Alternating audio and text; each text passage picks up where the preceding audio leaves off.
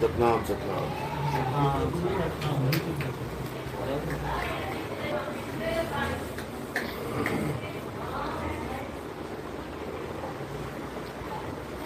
चलो बोले परमपिता परमात्मा की सदगुरु बंदी छोड़ कबीर साहिब की, सभी संतों की, सभी भक्तों की, आज के आनंद की, सदगुरु मदन पति साहिब की, जवाहर पति साहिब की, सदगुरु राम सेवक साहिब की, सदगुरु वैराग पति साहिब की, कलिंगापुर धाम की, सकल अंश को बंदगी साहिब। बोलो नितिन साहेब की जय। तो परमात्मा की अपार कृपा से आज राजकोट में सत्संग हो रहा है, मूल ज्ञान का प्रचार हो रहा है। बहुत से भगत हैं जो पहली बार आए हैं, आज वो भी समझ पाएंगे कि आखिर कबीर साहब का मूल ज्ञान था क्या। क्योंकि कबीर साहब को बड़े बड़े संत महात्मा नहीं समझ पाए। बड़े बड़े जितने भी ज्ञानी पुरुष बैठे हुए हैं संसार में, जो कबीर साहब की वाणियाँ तो पढ़ रहे हैं, लेकिन उन वाणियों के भाव को नहीं समझ पाए कि आखिर कबीर साहब कहना क्या चाह रहे थे। कबीर साहब को उन लोगों ने निर्गुण भक्ति बना दिया, निर्गुण भगत बना दिया, उनके भजनों को निर्गुण भजन बना दिया। लेकिन वो ये नहीं जान पाए कि कबीर साहब एक ऐसे शख्स हैं जो निर्गुण सरगुण दोनों से न्यारा और जाने का कोई जाननहारा का संदेशा देके गए। यानी साकार और निराकार दोनों से परे, सरगुण और निर्गुण दोनों प्रकार की भक्तियों से परे ये निज नाम की भक्ति है। निज नाम की भक्ति, सरगुण निर्गुण की भक्ति नहीं है। क्योंकि जब हम सरगुण निर्गुण की बात करते हैं तो वो आपसे भिन्न हो जाते हैं। सरगुण भिन्न है, निर्गुण भिन्न है। तुम कौन हो जो सरगुण को भी पूज रहा है, निर्गुण को भी पूज रहा है। आधा संसार आज या तो साकार की पूजा कर रहा है या निराकार को भगवान मान रहा है। आधी दुनिया की बात कर रहा हूं मैं। आधी दुनिया साकार को मानती है और आधी दुनिया निराकार को मानती है। लेकिन कबीर साहब दोनों को नहीं मानते। वो किसकी भक्ति करवाते हैं? वो कहते हैं तू सिमरन किसका करे, तू ही है आपे आप। लेकिन ये स्वरूप नहीं।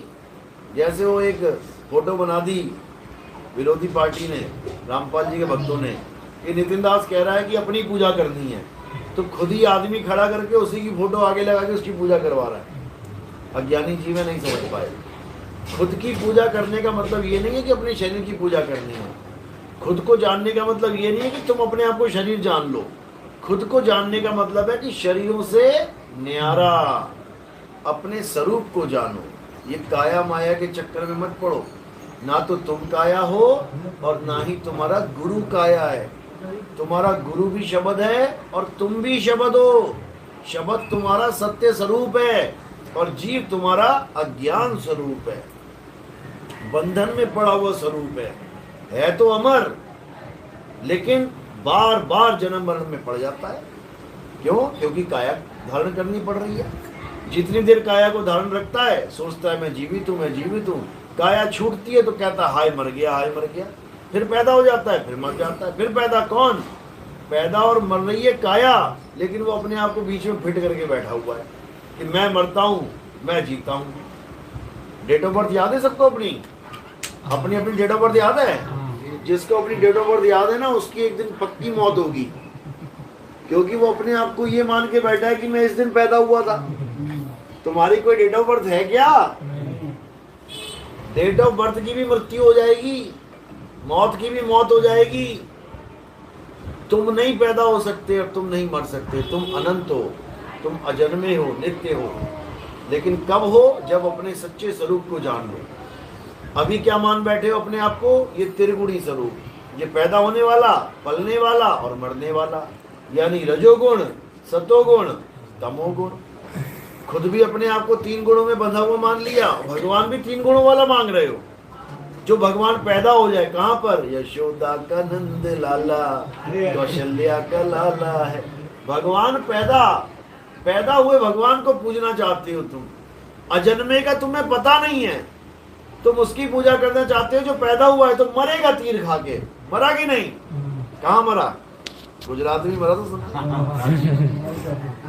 रात में गुजर गया था वो, समझ लो। तो जो गुजर जाए उसकी रात हो गई, गुजरात हो गया। अब जो जाग जाए उसका दिन हो गया। अब क्या करना है, उस अजन्मे को जानना है जिसको तीर नहीं लग सकता। जो अज्ञानी जीव हैं वो कृष्ण भगवान के शरीर को भगवान मान बैठे हैं, और जो ज्ञानी पुरुष हैं वो कृष्ण को अजन्मा जानते हैं। कृष्ण जी ने गीता में 50 बार बोला, हे अर्जुन मैं अजन्मा हूं। कौन जान पाया उस अजन्मे को? सब यही मान के बैठे हैं, नहीं जी एक वही है, शरीर है, गुरु जी हैं, भगवान है। ऐसा बिल्कुल नहीं है। वो एक शरीर धारण किया गया है, जैसे आपने किया वैसे उन्होंने किया, लेकिन वो शरीर नहीं हो गए, तुम शरीर नहीं हो गए। 3 गुणों से न्यारे हो तुम। 3 गुणों की भक्ति में ये भूल पड़ा संसार, और कहे कबीर निज नाम बिन कैसे लागे पार। निज नाम, किसी और का नाम नहीं कि तुम ओम कलियम हरियम शलियम पता नहीं क्या जप रहे हो, तुम बर्बाद हो गए जप जप के। सतपुरुष अकाल मूरत शब्द स्वरूपी राम भगवान अल्लाह वाहिगुरु गॉड पता नहीं क्या क्या नाम जप डाले, जैसा जिसने बोला वैसा कर लिया तुमने। अब क्या करना है, अब अपने स्वरूप को जानना है, अपने निज स्वरूप को जानना है, निज नाम को जानना है, निज भक्ति को जानना है। और तुम्हारा निज नाम क्या है? शब्द स्वरूप ही तुम्हारा निज नाम है। तुम्हारा निज नाम है शब्द स्वरूप, जिसको साहिब ने बोला शब्द हमारा तू शब्द का सुन मत जा सरक, और जो चाहे निज रूप को तो शब्द ही ले परख। यानी ऐसा गुरु धारण कर ले जो तुझे शब्द की परख करवा दे। शब्द क्या है? शब्द ही हमारा सत्य स्वरूप है। शब्द वो अखंड नाद है, शब्द वो अखंड धुन है, अखंड कीर्तन है। कहते ना यहाँ पे अखंड कीर्तन चल रहा है, तो 1 2 दिन 3 दिन का अखंड बना दिया तुमने, वो तो खंडित हो जाएगा, 3 दिन बाद बंद हो जाएगा। जो अखंड कीर्तन है वो लगातार चल रहा है, और वो तुम ही हो। तुम लगातार चल रहे हो, लगातार रुकते नहीं हो कभी, यानी तुम्हारी मृत्यु नहीं होती कभी, तुम लगातार जी रहे हो, जिंदा हो तुम बिल्कुल। इसी को जिंदा राम बोला गया है, लेकिन जिंदा राम अपने आप को मुर्दा राम समझ बैठा है गलती से। करे तो करे क्या? तो अब क्या करना है? हे अर्जुन अपनी आत्मा में रमण करना है। जो अपनी आत्मा में रमण करते हैं, जो अपनी आत्मा में तृप्त हैं, जो अपनी आत्मा में संतुष्ट हैं, उनके लिए कोई धार्मिक कर्म कर्तव्य लागू ही नहीं होता। यानी पहली से लेके 12वीं तक जितनी भी पुस्तकें तुमने ला दी हैं अपने कंधों पे, जितनी भी, कॉलेज में जाने के बाद उन सबको हवा हवाई हो जाती है। वो क्या रह जाता है कॉलेज में? एक कलम और एक कॉपी। वो कहाँ चली गई सारी किताबें? सब खेल खत्म। कहाँ चला गया पूजा पाठ हवन यज्ञ जप तप व्रत? सब खत्म। अब क्या रह गया शेष? केवल एक ही चीज रह गई, जिसको आत्म देव कहते हैं। हे अर्जुन ये आत्मा अजन्मा है, नित्य है, अशोष्य है, अछेद्य है, अचल है, सदा स्थिर रहने वाला है। ये आत्मा सत्य सनातन है। कौन समझ रहा है इसको? आत्मा का नाम लेते भाग जाते हैं लोग, पता नहीं क्या 1 घंटा हो गया आत्मा आत्मा आत्मा आत्मा लगा रखी है। एक बार भी जय श्री राम नहीं बोला, एक बार भी जय श्री कृष्ण नहीं बोला। ये कैसा सत्संग है? क्योंकि वो लोग गलती से कथा को सत्संग मान बैठे हैं। जो वो सुन रहे हैं दिन रात वो क्या है? कथा। किसकी कथा? काया की कथा। राम जी की काया कैसे पैदा हुई, उस काया ने कैसे खाया पिया, वो काया कैसे बड़ी हो रही है, उस काया से कैसे सारे काम करवाए उनके गुरुजी ने, राक्षसों को मरवाया, उस काया का ब्याह करवाया, उस काया से ऐसे करवाया वैसे करवाया, अंत में काया पानी में डूब के जय श्री राम। ये कथा है, ये सत्संग नहीं है। इसीलिए इन लोगों को कथावाचक कहते हैं। कथावाचक। हमारे यहाँ बहुत बड़ा कथावाचक आ रहा है। कथावाचक क्या करेगा? जो तुम्हें पता है, जो तुम्हारे बाप को पता है, जो तुम्हारे दादा को पता है, जो तुम्हारे परदादा को पता है, जो पता नहीं कितने लोगों को पता है, वही पता हुई बात ही पता करके पता बता देगा तुम्हें। बताओ क्या बताया अलग? क्या बताया अलग, जो तुम्हें पता वही तुम्हें बता रहा है, बस थोड़ा गा गा के बता रहा है, हारमोनियम बजा बजा के बता रहा है, उसमें क्या बड़ी बात है। सत्संग अलग चीज है। सत्संग का मतलब है सत्य का संग करना। अब सत्य क्या है हे अर्जुन? ये काया सत्य नहीं है। ये काया पता नहीं कितनी बार मैंने धारण करी और कितनी बार त्याग दी। ये मत समझना कि मैं ये हूं, ये भी त्याग दूंगा एक दिन। ये मिट्टी मैं नहीं हूं, ये काया मैं नहीं हूं, ये शरीर मैं नहीं हूं, और ना ही शरीरों के अंग हूं। मैं क्या हूं हे अर्जुन? मैं शुद्ध चैतन्य स्वरूप आत्मा हूं। अगर मुझे जानना चाहते हो तो कहां जाना पड़ेगा हे अर्जुन? अगर सत्य को जानना चाहते हो तो तुम ऐसे तत्वदर्शी संत की शरण में जाओ जिसने अपनी आत्मा को जान लिया है। वही तुम्हें तुम्हारी आत्मा का ज्ञान समझा सकता है। अन्यथा इस दुनिया में ऐसा कोई नहीं है जो तुम्हें तुम्हारी आत्मा का ज्ञान दे दे। मंत्रों का ज्ञान दे देगा, जंत्रों का ज्ञान दे देगा, पूजा पाठ का ज्ञान दे देगा, हवन यज्ञ का ज्ञान दे देगा, बड़े बड़े महामंत्र जपवा देगा, लेकिन आत्मा के बारे में नहीं बता सकता। अगर बता भी पाएगा तो नकल मार के बताएगा। आज पत्थर पूजने वाले ये बड़े बड़े बैठे हुए हैं जो वृंदावन में लाखों करोड़ों लोग उनको भगवान मान रहे हैं, ये सब पत्थर पूजनिया हैं। ये पत्थरों को भगवान मानने वाले लोग थे, लेकिन इन लोगों ने हमारे सत्संग सुन सुन के अब डिट्टो कॉपी वही बता रहे हैं आत्मा के बारे में जो हमसे सुन रहे हैं। एक लाइन भी इधर से उधर नहीं जा रही है, लेकिन इनको ये नहीं पता कि इन्होंने अपना खेल खत्म करवा लिया है ये बात बोल के। क्यों? अब ये जीव विवेकी हो जाएगा। अब इसको समझ में आ जाएगा कि आत्मा नाम की भी कोई चीज है, और जब आत्मा आत्मा करके इनसे पत्थर बुझवाया जाएगा तो इन्हीं में से लोगों का विवेक जागेगा कि अरे अब पत्थर कहां से आ गया भगवान।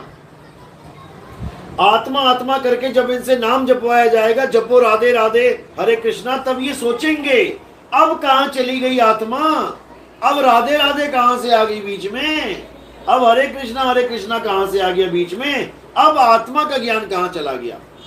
तो जब इतना विवेक जाग जाएगा तो परमात्मा अपने आप हमारे सत्संग उनके सामने पेश करते चले जाएंगे। आजकल मोबाइल है हाथ में, कहीं जाने की जरूरत नहीं है। जो तुम्हें चाहिए मालिक अपने आप भेज देता है। हजारों लोगों के फोन आते हैं, हम तो जानते तक नहीं थे कबीर साहब कौन है। पता नहीं कहां से आपकी वीडियो एक आ गई, बस उंगली लगाई है और आज तक सुनते ही जा रहे हैं, खत्म नहीं हो रहा खेल।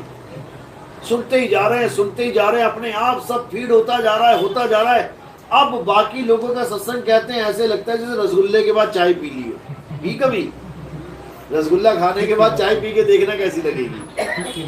कहते हैं जिसको हम मीठी मीठी कहते थे ऐसी फीकी हो गई है कि यार ये लोग तो हमसे लाशें बुझवा रहे हैं, ये तो लाशों को भगवान बता रहे हैं, ये तो लाशों को परमात्मा बता रहे हैं।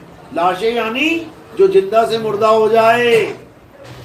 कृष्ण जी को पैर में तीर लगा कि नहीं लगा, राम जी की शरीर छूटा कि नहीं छूटा, सबके सब। तो पूजा किसकी करनी है? परमात्मा कौन है? वो अजन्मा आत्मा जो कभी ना जन्म लेता है ना उसकी मृत्यु होती है, उसको पूजो। तब तो समझ में आया कि अविनाशी की पूजा हो रही है।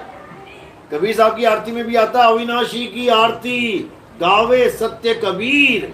लोग कबीर की आरती कर रहे हैं, वो कह रहा अविनाशी की आरती कर ले। लोग कबीर साहब की पत्थर की आरती कर रहे हैं। फिर हमें फोन आता है एक बंदे का, वंश 42 का कोई चेली है, वो चेला नहीं चेली है, कहती तू 35-40 साल का लड़का तू हमारे गुरुजी को चैलेंज करेगा। मैंने कहा अभी तुझे ये काया ही दिखाई दे रही है बेटा, 35-40 साल की, इस काया में जो बोल रहा है ना वो तेरी जिंदगी बीत जाएगी उम्र गिनते गिनते उसकी। अभी तू जान नहीं रही है कि मामला चल क्या रहा है। तो ऐसे भी अज्ञानी जीव आते हैं बहस करने के लिए, लेकिन परमात्मा का ज्ञान अकट ज्ञान है। परमात्मा का ज्ञान कोई काट ही नहीं सकता, इसीलिए इसको सत्य कहते हैं, क्योंकि सत्य कभी कटता नहीं है। हे अर्जुन, इस आत्मा को ना तो कोई शस्त्र काट सकता है, ना अग्नि, जला सकती है, न वायु सुखा सकती है, न जल भिगो सकता है। ये आत्मा अजन्मा है, नित्य है, शाश्वत है, पुरातन है। ये आत्मा ही सत्य सनातन है।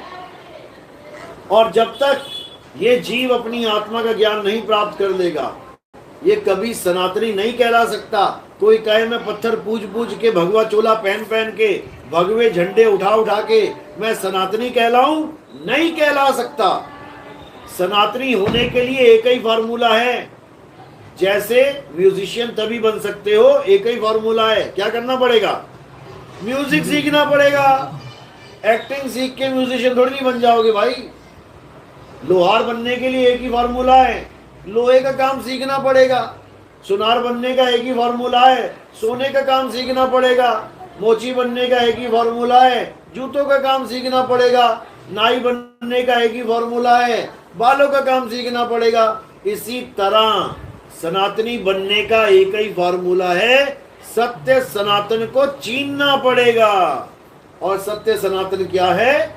जिसका कभी जन्म और मृत्यु नहीं होती। लेकिन तुम किसकी पूजा करने में लगे हो? जिसका जन्म भी होता है और मृत्यु भी हो जाती है। इसलिए तुम हिंदू तो हो सकते हो, लेकिन सत्य सनातनी नहीं कहला सकते। और नितिन दास यहां पर तुम्हें सत्य सनातनी बनाने आया है। जब तक सत्य सनातनी नहीं बन गए, ऐसे ही जन्म मरण में चक्कर खाते रहोगे, किसी का कल्याण होने वाला नहीं है। बोलिए परमपिता परमात्मा की जय हो। साईं बंदगी सतनाम।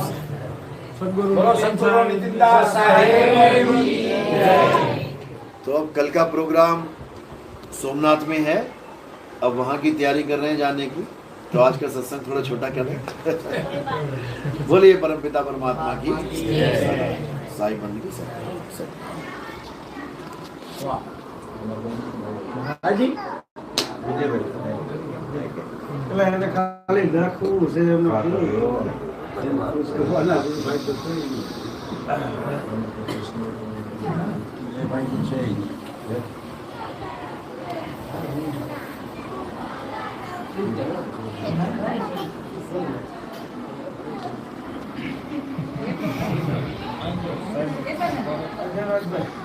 बंदगी करो। हाँ, ये सतनाम सतनाम।